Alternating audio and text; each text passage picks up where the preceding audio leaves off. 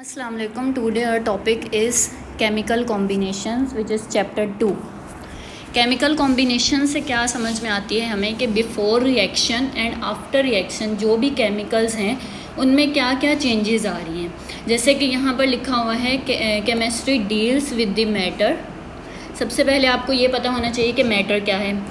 Matter कोई भी चीज़ जो जगह घेरे और कुछ ना कुछ उसका वॉल्यूम हो उसे हम कहते हैं मैटर। तो मैटर यहाँ पर जो है केमिस्ट्री के लिए हम केमिकल सब्सटेंसेस को कह रहे हैं। तो केमिकल सब्सटेंसेस बिफ़ोर रिएक्शन और आफ्टर रिएक्शन उनमें कौन कौन सी चेंजेस आ रही हैं।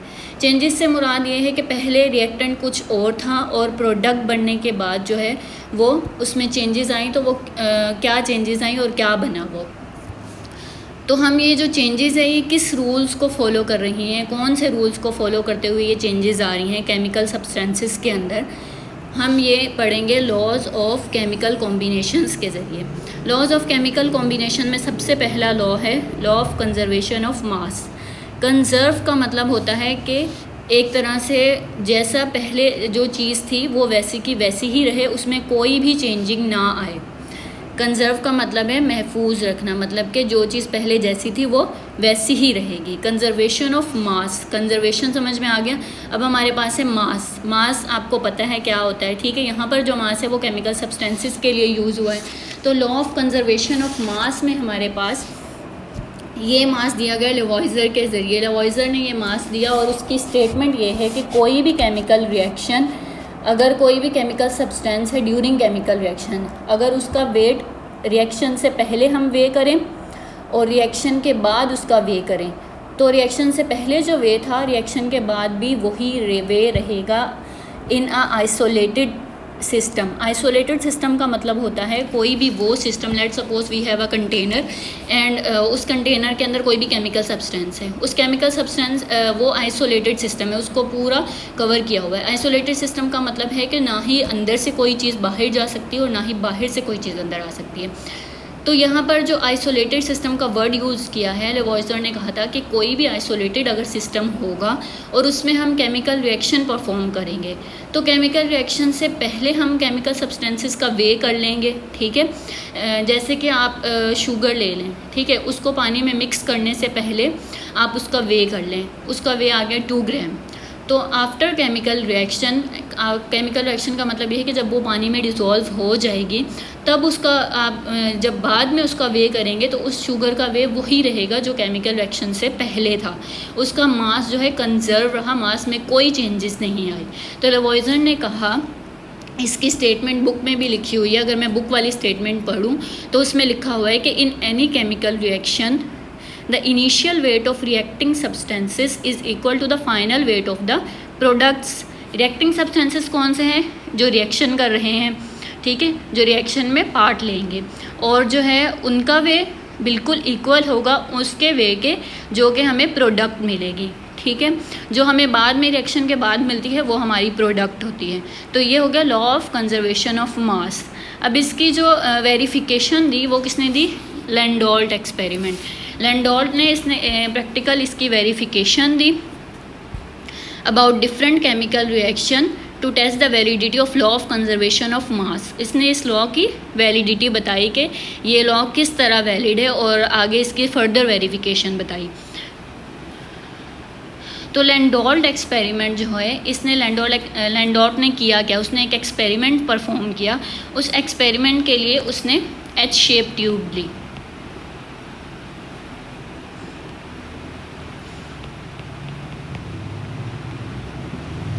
एच शेप ट्यूब ली उसने जिसकी 2 लिम्स थी। लिम्स का मतलब है 2 आर्म्स होना, ठीक है।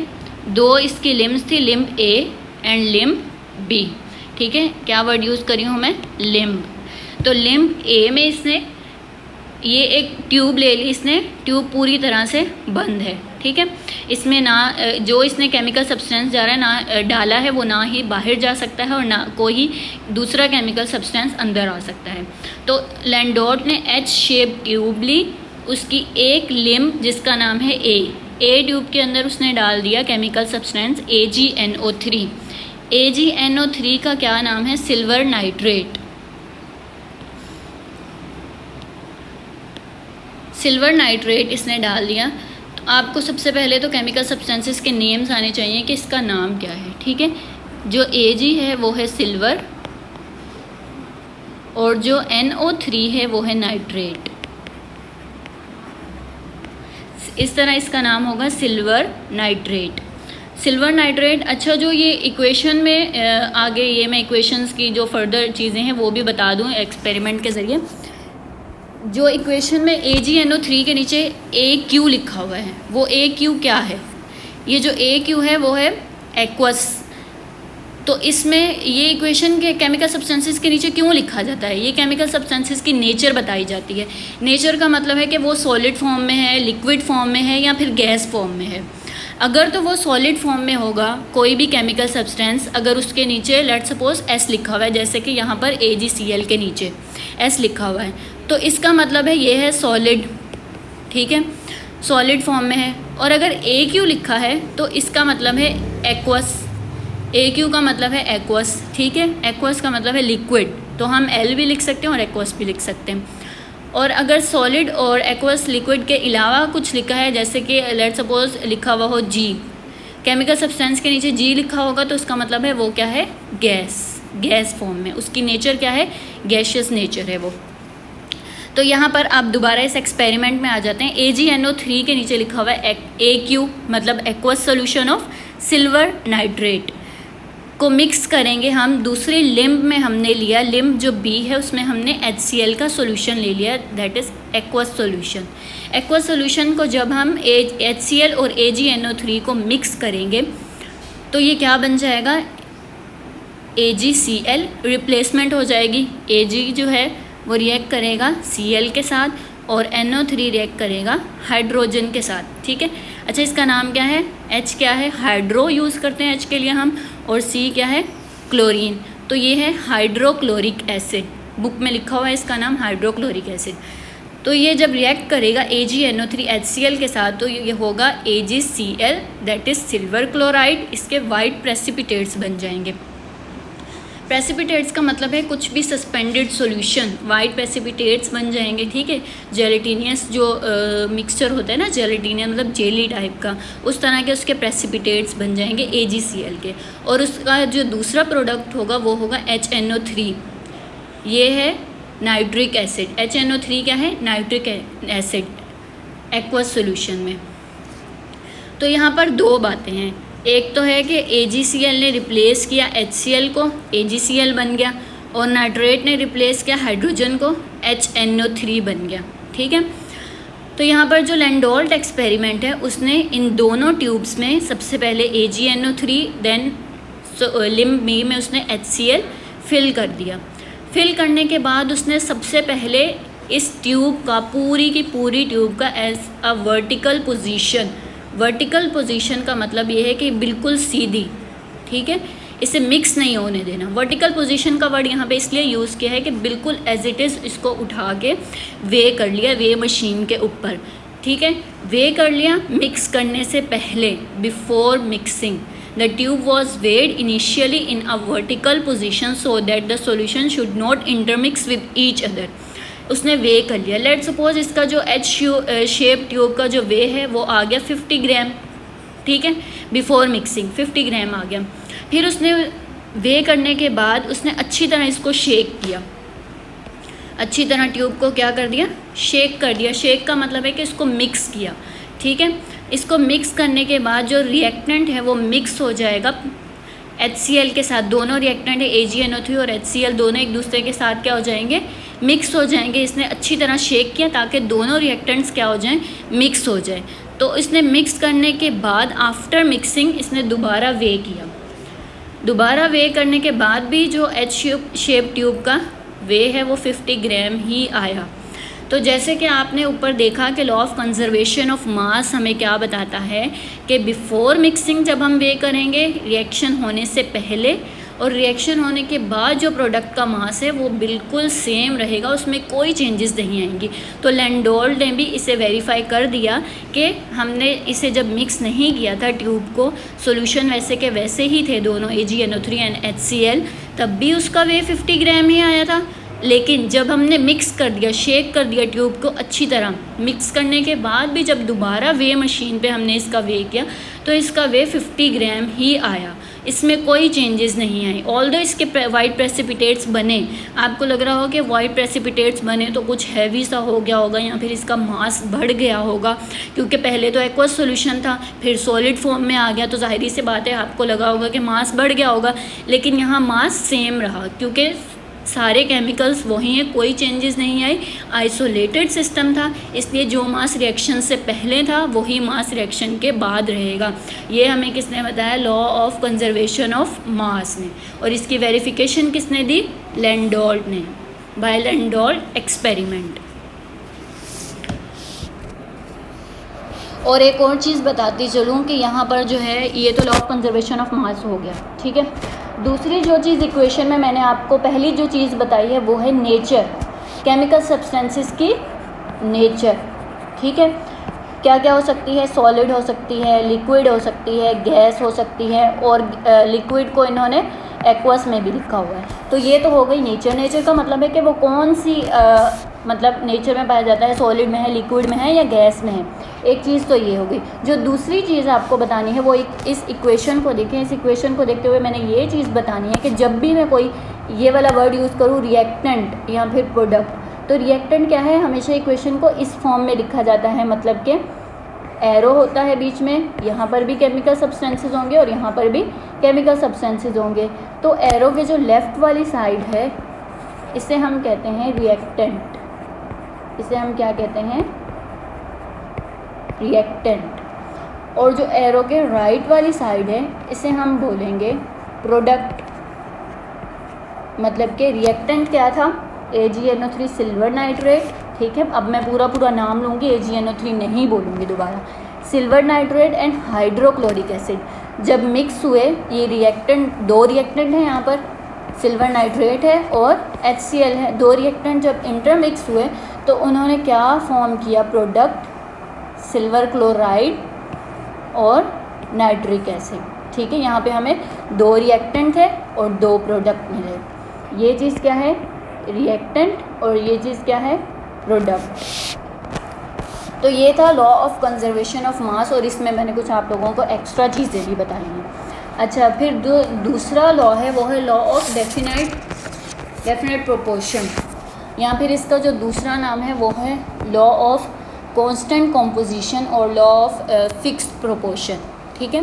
बुक में आपके सारे नाम लिखे हुए हैं, कांस्टेंट कॉम्पोजिशन भी लिखा हुआ है, डेफिनेट प्रोपोर्शन भी लिखा हुआ है, फिक्स्ड प्रोपोर्शन भी लिखा हुआ है। तो सबसे पहले जो आपको चीज़ समझ में आनी चाहिए वो, जैसे कि मैंने ऊपर बताया था, कंजर्वेशन का मतलब और मास का मतलब आपको पता था। तो डेफिनेट प्रोपोर्शन का मतलब ये है कि जो चीज़ नेचर में जैसी है वो वैसी ही मिक्स होने के बाद या फिर किसी भी सैंपल में अगर वो पाई जाती है तो उसका प्रोपोर्शन जो है वो सेम रहेगा, उसका प्रोपोर्शन कभी भी चेंज नहीं होगा। प्रोपोर्शन का मतलब ये है कि let's suppose we have two chemical substances that is hydrogen and oxygen. तो अगर नेचर में हाइड्रोजन 1 पार्ट पाया जाता है एज़ कम्पेयर टू ऑक्सीजन, और ऑक्सीजन 8 पार्ट है और H क्या है? 1 पार्ट। पार्ट का मतलब है ग्राम ले लें या कुछ भी, ठीक है। तो ये नेचर में हम कहीं से भी वो सैंपल ले लें, लेट्स सपोज हमने जो है, अच्छा ये लॉ कैसे स्टार्ट हो रहा है कि हमने डिफरेंट सैंपल्स लिए। ये लॉ दिया किसने? लॉइस प्रॉस ने। लॉइस प्रॉस ने कहा कि अगर हम एग्जाम्पल लेते हैं वाटर की, वाटर सैंपल्स कलेक्ट करें, डिफरेंट वाटर सैंपल्स कलेक्ट करें। डिफरेंट वाटर सैंपल्स कहाँ से कलेक्ट करेंगे? रेन वाटर ले लेंगे, ठीक है। सैंपल्स का मतलब है कि आपने सेम चीज़ डिफरेंट जगह से कलेक्ट करनी है। रेन वाटर ले लें, रिवर वाटर ले लें, या फिर वाटर पम्प से, टैप से वाटर ले लें, ठीक है। तो ये 3 डिफरेंट जगह से आपने क्या लिया? वाटर सैंपल कलेक्ट कर लिया। सैंपल ऑफ वाटर कलेक्ट करने के बाद आपने जब देखा, वाटर का फार्मूला क्या है? H2O। H2O का मतलब है कि 2 हाइड्रोजन और 1 ऑक्सीजन, यहाँ कुछ नहीं है तो मतलब कि 1 ऑक्सीजन है, ठीक है। तो जब हम हाइड्रोजन का एटॉमिक मास देखेंगे बेटा, एटॉमिक मास क्या होता है वो मैं आगे भी एक्सप्लेन करूँगी, लेकिन यहाँ पर आपके अंडरस्टैंडिंग के लिए एटॉमिक मास होता है number of protons plus number of neutrons, ठीक है। ये आगे मैं आपको याद भी करवा दूँगी। एटॉमिक मास वैसे लिखे हुए आते हैं पेपर में। तो जो हाइड्रोजन का एटॉमिक मास होता है वो होता है 1, अब यहाँ पे 2 हाइड्रोजन है, यहाँ पे नंबर ऑफ़ एलिमेंट्स लिखे हुए हैं, तो कितने नंबर ऑफ़ एलिमेंट्स हैं, यहाँ पे इनका एटॉमिक मास नहीं लिखा जाता, यहाँ पे इनके नंबर ऑफ़ कोफिशिएंट्स, ये वाले जो कोफिशिएंट है इसका मतलब है 2 हाइड्रोजन है। अगर यहाँ पर ये लिखा हुआ है CO2 तो इसका मतलब है 2 ऑक्सीजन है, ठीक है। ये जो कोफिशिएंट्स है ये हमें नंबर ऑफ़ एलिमेंट्स बताते हैं। तो यहाँ पर 2 हाइड्रोजन है और एटॉमिक मास मैंने आपको इसका बताया है क्या है, एटॉमिक मास हाइड्रोजन का 1 है, ठीक है। अब यहाँ पर 2 हाइड्रोजन है तो 1 हाइड्रोजन का एटॉमिक मास प्लस दूसरे हाइड्रोजन का एटॉमिक मास 1, तो क्या हो जाएगा 2 हो जाएगा, ठीक है। तो यहाँ पर इसलिए हमने यहाँ 2 लिखा है। ऑक्सीजन का जो एटॉमिक मास है, ऑक्सीजन का एटॉमिक मास यहाँ मैं लिख देती हूँ ताकि आप लोगों को कन्फ्यूजन ना हो। एटॉमिक मास ऑफ ऑक्सीजन, ओ क्या है ऑक्सीजन, साथ साथ केमिकल सब्सटेंसेस के नेम्स भी बता रही हूँ मैं। ओ ऑक्सीजन है और H हाइड्रोजन है। तो एटॉमिक मास ऑफ ऑक्सीजन क्या है 16, ये लिखे हुए मिलेंगे तो आपको याद करने की ज़रूरत नहीं है। Atomic mass of oxygen is 16, यहाँ पर एक ही ऑक्सीजन है तो इसका 16 ही रहेगा। लेकिन अगर ऑक्सीजन 2 होते तो 16 को हम मल्टीप्लाई कर देते 2 से, तो 16 2 32, फिर हम ऑक्सीजन का जो एटॉमिक मास है वो लिखते 32, ठीक है। लेकिन यहाँ पर एक ऑक्सीजन है तो जो इसका एटॉमिक मास होगा वही लिखेंगे 16। तो जब हमने इसका रेशो निकाला, अब हमें क्या निकालना है रेशो, ठीक है। अच्छा, लॉ कहाँ से शुरू हुआ था, लॉइस एंड प्रॉस ने कहा कि जब हम वाटर के सैंपल्स डिफरेंट जगह से कलेक्ट करते हैं, जैसे कि मैंने आपको बताया रेन वाटर ले लें, रिवर वाटर ले लें या टैप वाटर ले लें, उसमें जो वाटर का जो प्रोपोर्शन होगा, वाटर का प्रोपोर्शन का मतलब ये है कि हाइड्रोजन 2 पार्ट्स में और ऑक्सीजन 16 पार्ट्स में, ठीक है। जब हम इनको मल्टीप्लाई करेंगे 2 1 ज़ा 2, 2 8 ज़ा 16, ये हमने इनको कैंसिल किया, ठीक है। 2 1 ज़ा 2 और 2 8 ज़ा 16, 2 के टेबल से। तो हमेशा कोई भी वाटर का सैंपल ले लें आप, हमेशा हाइड्रोजन 1 पार्ट में पाया जाएगा और ऑक्सीजन बाय 8 पार्ट्स, ठीक है। पार्ट्स का मतलब है कि हमेशा 1 ग्राम ऑफ हाइड्रोजन रहेगा एंड ऑक्सीजन कितना रहेगा 8 ग्राम ऑफ ऑक्सीजन रहेगा। अगर इसकी मैं स्टेटमेंट आप लोगों को पढ़कर दिखाऊं, the different samples of same compound, same compound का मतलब है सैंपल्स तो डिफरेंट हो सकते हैं, डिफरेंट सैंपल्स का मतलब है डिफरेंट जगह से कलेक्ट करेंगे, लेकिन वो कंपाउंड क्या हो सेम हो। जैसे यहाँ पर क्या है H2O, रेन वाटर लेंगे वो भी वाटर ही होगा, रिवर वाटर लेंगे वो भी वाटर ही होगा, वाटर पंप से लेंगे तो वो भी वाटर ही होगा। तो कंपाउंड क्या हुआ सेम हुआ। जो आपकी बुक में डेफिनेशन लिखी हुई है वो मैं इससे एक वर्ड को एक्सप्लेन कर रही हूँ। तो यहाँ पर लिखा हुआ है samples of the same compound always contain the same elements, elements भी सेम होंगे, हाइड्रोजन और ऑक्सीजन होगा। ऐसा कभी नहीं होगा कि आप वाटर के फॉर्मूले में डिफरेंट जगह से सैंपल्स कलेक्ट करें तो उनके साथ कार्बन पाया जाए या फिर हीलियम पाया जाए, ऐसा कुछ भी नहीं होगा। सिर्फ सेम एलिमेंट्स होंगे, हाइड्रोजन होगा और ऑक्सीजन होगा। आगे बढ़ते हैं। Always contain the same elements combined together in same proportion by mass, और उनका प्रोपोर्शन भी क्या होगा सेम होगा, 1:8 का होगा, 1:8 का प्रोपोर्शन होगा, 1:8 का प्रोपोर्शन होगा। तो यहाँ पर हमने कितनी बातें बताई है कि samples of same compound, samples different samples होने चाहिए लेकिन कंपाउंड क्या होना चाहिए सेम होना चाहिए, ये एक बात हो गई। दूसरी बात ये है कि एलिमेंट भी सेम होने चाहिए, एलिमेंट का मतलब है कि हाइड्रोजन होगा और ऑक्सीजन होगा हमेशा। तीसरी बात ये है कि combined together with the same proportion, उनका प्रोपोर्शन जो है जैसे कि यहाँ पे लॉ की जो डेफिनेशन है डेफिनेट प्रोपोर्शन, प्रोपोर्शन हमेशा उनका सेम रहेगा, 1:8 का रेशियो ही हमेशा रहेगा। अच्छा, जो दूसरी एग्जाम्पल है वो लेड और सल्फ़र की दी हुई है कि बिफोर रिएक्शन और आफ्टर रिएक्शन जो है उसका वेव, जैसे मैंने आपको पार्ट्स का बताया ना कि पार्ट्स बाय मास, यहाँ पर लिखा हुआ है पार्ट्स का मतलब है कि उसका जो मास है ग्राम्स में वो सेम रहेगा। लेड और सल्फ़र का जितना मास रिएक्शन में पहले था, रिएक्टेंट और प्रोडक्ट का भी सेम ही मास रहेगा आफ्टर केमिकल रिएक्शन। जो तीसरा लॉ है वो है law of multiple proportion. Law of multiple proportion का क्या मतलब है, ये किसने दिया था जॉन डाल्टन ने, ठीक है। अच्छा, इसकी स्टेटमेंट क्या है, लॉ ऑफ मल्टीपल प्रोपोर्शन की क्या स्टेटमेंट्स है, that if 2 elements combine to form more than 1 compounds, ये मैं अभी आपको समझाऊंगी भी, अभी सिर्फ स्टेटमेंट पढ़ के बता रही हूँ कि अगर दो एलिमेंट्स कंबाइन होंगे, और वो दो एलिमेंट्स मतलब कि कार्बन और ऑक्सीजन, हमने ये एग्जाम्पल ली है, ज़रूरी नहीं कि जो एग्जाम्पल ली है सिर्फ वही कंबाइन होके ये लॉ के ऊपर वेरीफाई हो गया। कोई भी केमिकल सब्सटेंस जैसे कि कार्बन है और ऑक्सीजन है, जब कंबाइन होंगे तो वो एक या एक से ज़्यादा प्रोडक्ट जब बनाएंगे, जब एक से ज़्यादा प्रोडक्ट का मतलब क्या है, ये रिएक्टेंट है, ठीक है। रिएक्टेंट और प्रोडक्ट का मैं पहले आपको बता चुकी हूँ। लेफ्ट साइड पे जो है कार्बन और ऑक्सीजन कंबाइन हो रहे हैं, ये दो रिएक्टेंट कंबाइन होके कार्बन मोनोऑक्साइड भी बना सकते हैं और कार्बन डाइऑक्साइड भी बना सकते हैं, ठीक है। एक वक्त में एक ही चीज़ बनाएंगे, लेकिन पॉसिबिलिटीज़ क्या है कि कार्बन मोनोऑक्साइड भी बन सकता है और कार्बन डाइऑक्साइड भी बन सकता है। अच्छा, लॉ चढ़ते हुए सबसे पहले मैं आपको बता दूं, जैसे कि मैं आपको केमिकल सब्सटेंसेस को पढ़ना भी बता रही हूँ, ठीक है।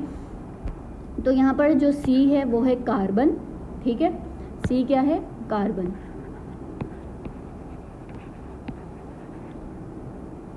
और ओ का आपको पता है कि ओ ऑक्सीजन है, ठीक है। वन ऑक्सीजन है तो एक ऑक्सीजन के लिए हम हमेशा वर्ड यूज़ करते हैं मोनो। एक ऑक्सीजन के लिए कोई भी एक चीज़ होगी तो उसके लिए हम यूज़ करते हैं मोनो। ऑक्सीजन है तो ऑक्सीजन के लिए वर्ड यूज़ होगा ऑक्साइड, ठीक है। ऑक्सीजन के लिए क्या वर्ड यूज़ होगा, ऑक्साइड। जैसे कि अगर मैं यहाँ पर लिख दूँ, ऑक्सीजन के लिए क्या वर्ड यूज़ होगा, ऑक्साइड। तो यहाँ पर जो केमिकल रिएक्शन है, प्रोडक्ट हमें क्या मिल रही है, कार्बन मोनोऑक्साइड। मोनोऑक्साइड क्यों है, क्योंकि यहाँ पर एक ऑक्सीजन है। और यहाँ पर ये वाला जो प्रोडक्ट है इसे हम बोलेंगे कार्बन डाइऑक्साइड। डाई क्यों, क्योंकि यहाँ पर दो ऑक्सीजन है, दो के लिए क्या वर्ड यूज़ होगा, डाई, ठीक है। और ऑक्सीजन है तो इसे हम बोलेंगे ऑक्साइड, कार्बन डाइऑक्साइड। तो इस लॉ की स्टेटमेंट क्या है, जॉन डाल्टन ने कहा कि if two elements combine to form more than one compound, more than one compound कौन है यहाँ पर, carbon monoxide and carbon dioxide, the masses of one element that combine with fixed mass of other element. अच्छा, यहाँ पर इसको कैसे समझेंगे वाली, कार्बन और ऑक्सीजन कंबाइन हो रहे हैं, ठीक है, to form more than one compound. ये भी समझ में आ गया कि या तो कार्बन मोनोऑक्साइड भी बन सकता है और कार्बन डाइऑक्साइड भी बन सकता है, ठीक है। अच्छा, फिर आगे क्या बात हो रही है, द मासेस ऑफ, अब मैं आसान वर्डिंग में आपको अगर ये लॉ समझाऊँ तो, the masses of second element. यहाँ पे सेकंड एलिमेंट कौन है, देखिए रिएक्टेंट वाली साइड पर देखिए, एक तो कार्बन है और एक ऑक्सीजन है, ठीक है। The mass of second element, second element कौन है, ऑक्सीजन। तो अब हम ऑक्सीजन को लेते हुए बात कर रहे हैं कि जो मास है सेकंड एलिमेंट का, which combine with a fixed mass of first element, मतलब कि जो ऑक्सीजन है वो हमेशा फिक्स्ड मास से कंबाइन होगा कार्बन के। Fixed mass of first element, उसका जो मास है वो हमेशा फिक्स्ड ही रहेगा, मतलब कि सेम ही रहेगा, ठीक है। Fixed mass of first element will always be the ratios of a small whole number. तो इसका इन दोनों का जो रेशियो होगा, जैसे कि यहाँ पर आप लोगों को बताया हुआ है, ऑक्सीजन का जो एटॉमिक मास है मैंने पहले भी आपको बताया कि वो क्या है 16, ठीक है। और दो ऑक्सीजन है तो 16 को मल्टीप्लाई कर देंगे 2 से, 16 2 32। तो यहाँ पर आपको ऊपर जो ऑक्सीजन है वो एक ऑक्सीजन है तो 16 होगा, नीचे जो ऑक्सीजन है वो 2 है तो 32 हो जाएगा। तो 16 1 16, 16 2 32। तो यहाँ पर जो ऑक्सीजन है, चाहे वो दो कंपाउंड हो, 3 कंपाउंड बन रहे हो या 4 कंपाउंड बन रहे हो, जितने भी प्रोडक्ट मिलेंगे हमें, उनमें जो भी ऑक्सीजन होगा उसका जो भी रेशियो होगा वो स्मॉल होल नंबर होगा। बेटा होल नंबर का मतलब ये है कि वो डेसिमल में नहीं होगा। होल नंबर में मतलब 1 होगा, 2 होगा, 3 हो सकता है, 4 हो सकता है, 5 हो सकता है, लेकिन कभी भी 1.5, ठीक है, 1.7 या फिर 2.1 इस तरह नहीं होगा, ये डेसिमल में आ जाता है। तो इस लॉ ने क्या बताया कि ऑक्सीजन जितने भी कंपाउंड्स में बनेगा, जब कार्बन और ऑक्सीजन मिलेंगे, या तो कार्बन मोनोऑक्साइड मिलेगा या फिर कार्बन डाइऑक्साइड मिलेगा। जब कार्बन मोनोऑक्साइड मिल रहा है हमें तो ऑक्सीजन का जो रेशियो है वो 1 है। जब कार्बन डाइऑक्साइड मिल रहा है हमें तो जो ऑक्सीजन का रेशियो है वो है 2। तो चाहे कार्बन मोनोऑक्साइड मिले या फिर कार्बन डाइऑक्साइड मिले, ऑक्सीजन का रेशियो हमेशा होल नंबर में रहेगा। होल नंबर में मतलब 1:2 है यहाँ पर, ठीक है। अच्छा, जो बुक में दूसरी एग्जाम्पल है वो है H2 प्लस H2O। यहाँ पर भी हम अगर ऑक्सीजन की बात करें तो यहाँ पर जो ऑक्सीजन का रेशो है वो देखते हैं कि वो कितना रेशो है, ठीक है। ये चीज़ क्या है, रिएक्टेंट, रिएक्टेंट के लिए मैं सिर्फ R लिख रही हूँ, ठीक है। तो हमें दो पॉसिबिलिटीज़ है कि वाटर भी मिल सकता है, एक प्रोडक्ट हमें वाटर मिल सकता है H2O और दूसरा प्रोडक्ट हमें H2O2 भी मिल सकता है। H2O2 का मतलब है हाइड्रोजन पर ऑक्साइड। H2O2 क्या है, हाइड्रोजन पर ऑक्साइड। यहाँ पर मैं नाम लिख देती हूँ,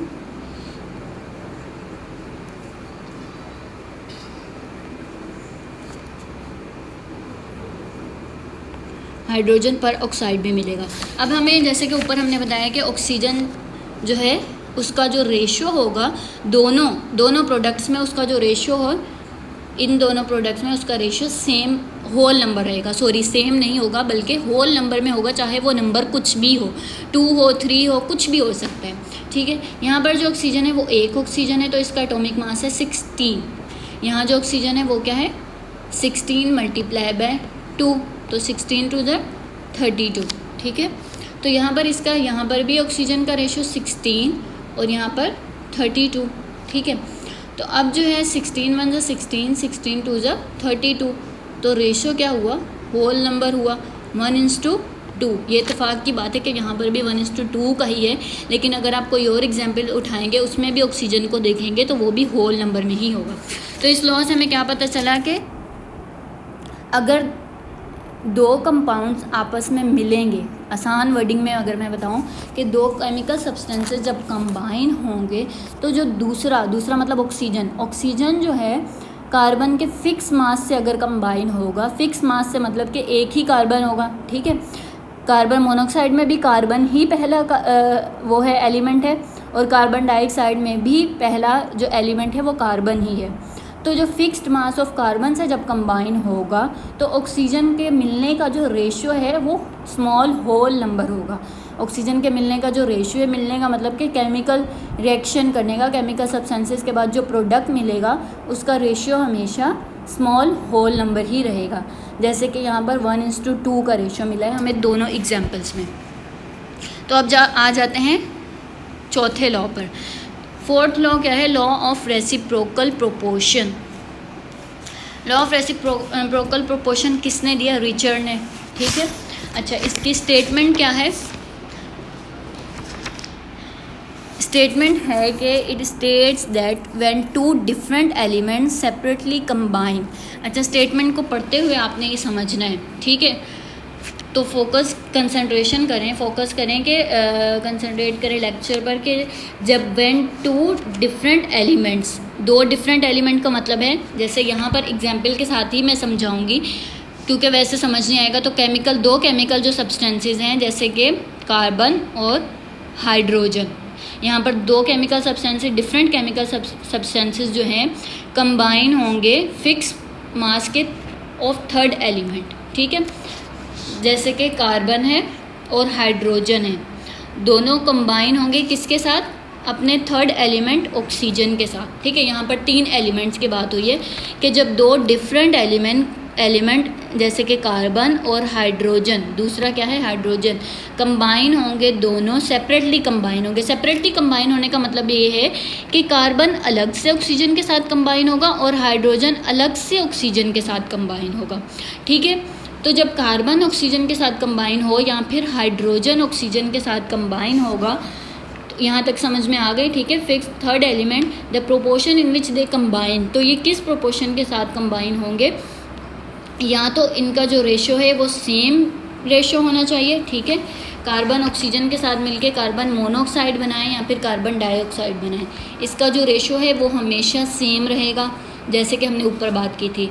और जो है हाइड्रोजन ऑक्सीजन के साथ मिले या तो वाटर बनाएगा, ठीक है, वाटर बन रहा है, यहाँ पर एक ही प्रोडक्ट मिल रहा है, तो यहाँ पर भी जो ऑक्सीजन का रेशो है वो सेम रहेगा। ऑक्सीजन के रेशो का मतलब क्या है, लॉ ऑफ रेसिप्रोकल प्रोपोर्शन आपको मैं अब एग्जाम्पल के साथ, जैसे कि यहाँ पर ये ट्रायंगल आपको नज़र आ रहा है, ठीक है। कार्बन हाइड्रोजन के साथ मिले, कार्बन ऑक्सीजन के साथ मिले, या फिर ऑक्सीजन हाइड्रोजन के साथ मिले, हाइड्रोजन ऑक्सीजन के साथ। दो एलिमेंट्स सेपरेटली कंबाइन हो रहे हैं थर्ड एलिमेंट के साथ, ठीक है। तो जब कार्बन हाइड्रोजन के साथ मिलेगा तो ये क्या बनाएगा, CH4। CH4 क्या नाम है इसका, मीथेन। CH4 का क्या नाम है, मीथेन। ये गैस है। मीथेन जब बन रही है CH4 तो कार्बन का जो एटॉमिक मास है वो है 12, हाइड्रोजन का एटॉमिक मास 1 है। तो यहाँ पर 4 हाइड्रोजन है, इसलिए मल्टीप्लाई कर देंगे 4 से, तो 4 1 ज़र 4, इसलिए यहाँ पर हमने 4 लिखा हुआ है क्योंकि यहाँ पर 4 हाइड्रोजन है। तो carbon combines with hydrogen to form methane gas that is CH4। Carbon का एटॉमिक मास 12 है और हाइड्रोजन का एटॉमिक मास 1 है। 4 हाइड्रोजन है तो इसलिए 4 लिखा है हमने। तो जब हम इनको कैंसिल करेंगे 4 1 ज़र 4, 4 3 ज़र 12, ठीक है। यहाँ पर कार्बन का जो रेशो है वो आ गया 3, हाइड्रोजन का जो रेशो है वो आ गया 1। तो ये किस रेशो के साथ कंबाइन हुए, 3:1 के साथ। अब हमें जो दूसरी बात है इस लॉ में एग्जाम्पल के ज़रिए समझ में आएगा, ठीक है। जो दूसरी बात है वो ये देखनी है कि जब दूसरे सब्सटेंसेस बनेंगे उनमें भी कार्बन और हाइड्रोजन सेम प्रोपोर्शन में होंगे, होने तो सेम प्रोपोर्शन में चाहिए, ठीक है। मतलब कि कार्बन अगर यहाँ पर 3 रेशो के साथ है और हाइड्रोजन 1 रेशो के साथ है, जो दूसरे केमिकल सब्सटेंसेस बन रहे हैं उनमें भी हाइड्रोजन 1 रेशो में ही होना चाहिए और कार्बन जो है वो 3 रेशो में ही होना चाहिए। तो हम देखते हैं कि वो सेम रेशो में है कि नहीं, फिर ही इस लॉ के ऊपर ये वैलिड होंगे, वरना नहीं। तो जो हाइड्रोजन ऑक्सीजन के साथ मिल रहा है तो ये बनेगा वाटर। वाटर का केमिकल फार्मूला आपको पता है H2O। जैसे कि मैं आपको पहले भी बता चुके हैं, हाइड्रोजन का एटॉमिक मास 1 है, मल्टीप्लाई बाय 2 करेंगे तो 2 1 ज़र 2, जो नीचे कोएफिशिएंट दिया होगा इससे हम मल्टीप्लाई कर देंगे इसके एटॉमिक मास को, तो ये आ गया 2। ऑक्सीजन का एटॉमिक मास क्या है, 16, 2 1 ज़र 2, 2 8 ज़र 16। तो यहाँ पर जो हाइड्रोजन का रेशियो है वो आया 1 और ऑक्सीजन का जो रेशियो है वो आया 8।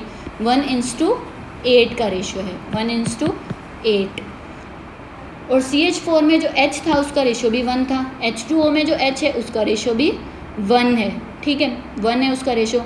इसका मतलब है कि लॉ इसके ऊपर वेरीफाई हो रहा है, वैलिड है इसके ऊपर कि लॉ क्या था कि जो प्रोपोर्शन है जब वो कंबाइन होंगे तो उनका जो रेशियो है वो सिंपल मल्टीपल होगा या फिर सेम होल नंबर में होगा, ठीक है। सेम रेशियो होगा या फिर मल्टीपल होगा। मल्टीपल यहाँ पे वर्ड जो मल्टीपल यूज़ किया है उसका ये मतलब है कि जैसे कि 2 के टेबल में 16 भी आ रहा है, ठीक है, तो 2 1 ज़र 2, 2 8 ज़र 16 मल्टीपल है ना दोनों आपस में एक दूसरे के, तो इसलिए कैंसिल हो गए।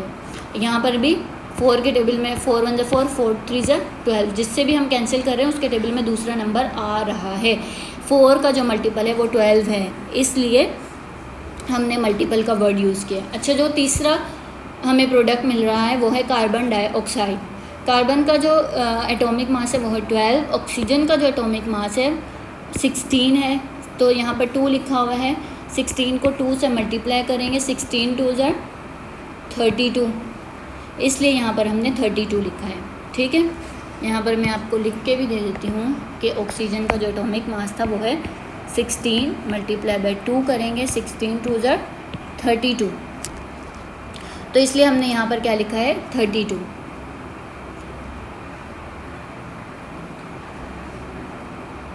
फोर 3 ज़र 12 एंड 4 8 ज़र 32। तो इसलिए यहाँ पर जो कार्बन है उसका भी रेशो यहाँ सेम आया जो कि है 3, ठीक है। कार्बन का रेशो क्या आया 3, ऑक्सीजन का क्या रेशो आया 8। ऑक्सीजन का यहाँ भी रेशो 8 था, यहाँ भी रेशो 8 है। कार्बन का यहाँ भी रेशो 3 था, यहाँ भी रेशो 3 है। हाइड्रोजन का यहाँ भी रेशो 1 था और यहाँ भी इसका रेशो क्या है 1 ही है। तो स्टेटमेंट एक दफ़ा एग्जाम्पल के बाद दोबारा पढ़ते हैं ताकि आप लोगों को और अच्छी तरह समझ में आ जाए, क्योंकि मुझे पता है पहले जो मैंने स्टेटमेंट पढ़ी थी वो आपको नहीं समझ में आई होगी।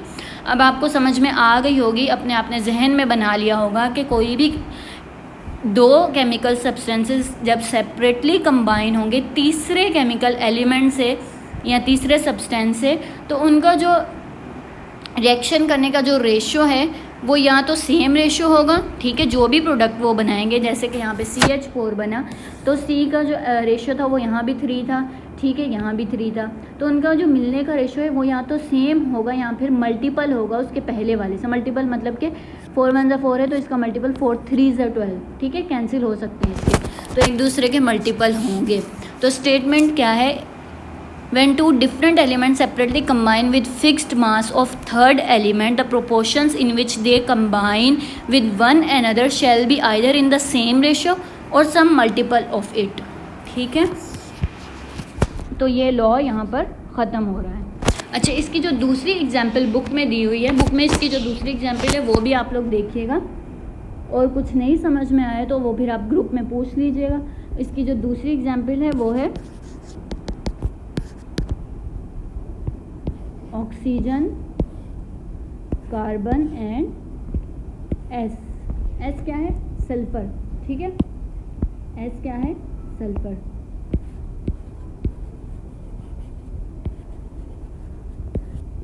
सल्फर है यहाँ पर। तो जब अब यहाँ पे दो डिफरेंट सब्सटेंसेस कार्बन और सल्फर, यहाँ पे कार्बन और ऑक्सीजन कह लें, कोई भी दो सब्सटेंसेस जब कंबाइन होंगे तीसरे के साथ तो उनका जो मिलने का रेशो है वो सेम होगा। ठीक है, जब कार्बन और ऑक्सीजन कंबाइन होंगे, कार्बन और ऑक्सीजन जब कंबाइन होंगे तो हमारे पास क्या बनेगा, आपको पता है, कार्बन डाइऑक्साइड बनेगा। ठीक है, इसका कार्बन का एटॉमिक मास 12 है, ऑक्सीजन का 16 है, तो 16 2 जा 32। ठीक है, सॉरी यहाँ पर आएगा 32।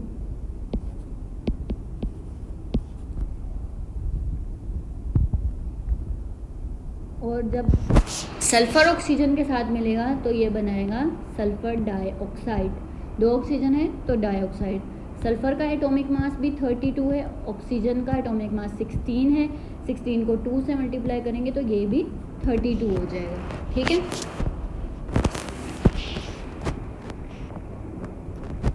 अब यहाँ पर 4 का टेबल पढ़ेंगे क्योंकि मल्टीपल इसका होना चाहिए। ठीक है, 4 3 है 12 रेशियो, इसे हम रेशियो पढ़ेंगे। 4 8 32, 4 8 32 एंड 4 8 32। तीसरा प्रोडक्ट जो है वो कार्बन सल्फाइड मिलेगा, CS2। कार्बन सल्फाइड में जो है कार्बन 12 है एटॉमिक मास और सल्फर का एटॉमिक मास 32 है। ठीक है, सल्फर का एटॉमिक मास क्या है,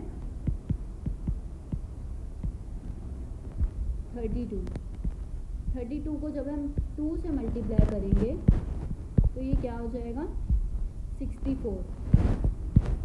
तो यहाँ पर हम सल्फर लिखेंगे 64। ठीक है, 4 3 12, 4 16 64। ठीक है, अब यहाँ पर जो चीज़ आपने देखी है, जैसे कि ऊपर एग्जाम्पल में कार्बन 3 रेशो के साथ था, यहाँ भी इसका रेशो 3 है, यहाँ भी इसका रेशो क्या है, 3 है, सेम रेशो। जो स्टेटमेंट में बात लिखी हुई है वो क्या है, सेम रेशो। तो यहाँ पर भी सेम रेशो है इसका, यहाँ भी सेम रेशो है। ऑक्सीजन की अगर हम बात करें, यहाँ पर भी ऑक्सीजन का 8 ही रेशो है और यहाँ पर भी ऑक्सीजन का 8 रेशो है। ठीक है,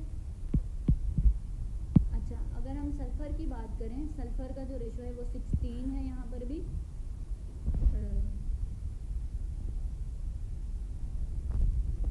shows that the mass of carbon that combine with the same mass of oxygen are in the proportion of 12:64, that is 3:16. According to the statement law of precipitation, the proportion in which carbon and sulfide combine with one another shall be either in the same ratio 3:8 or some multiple of it।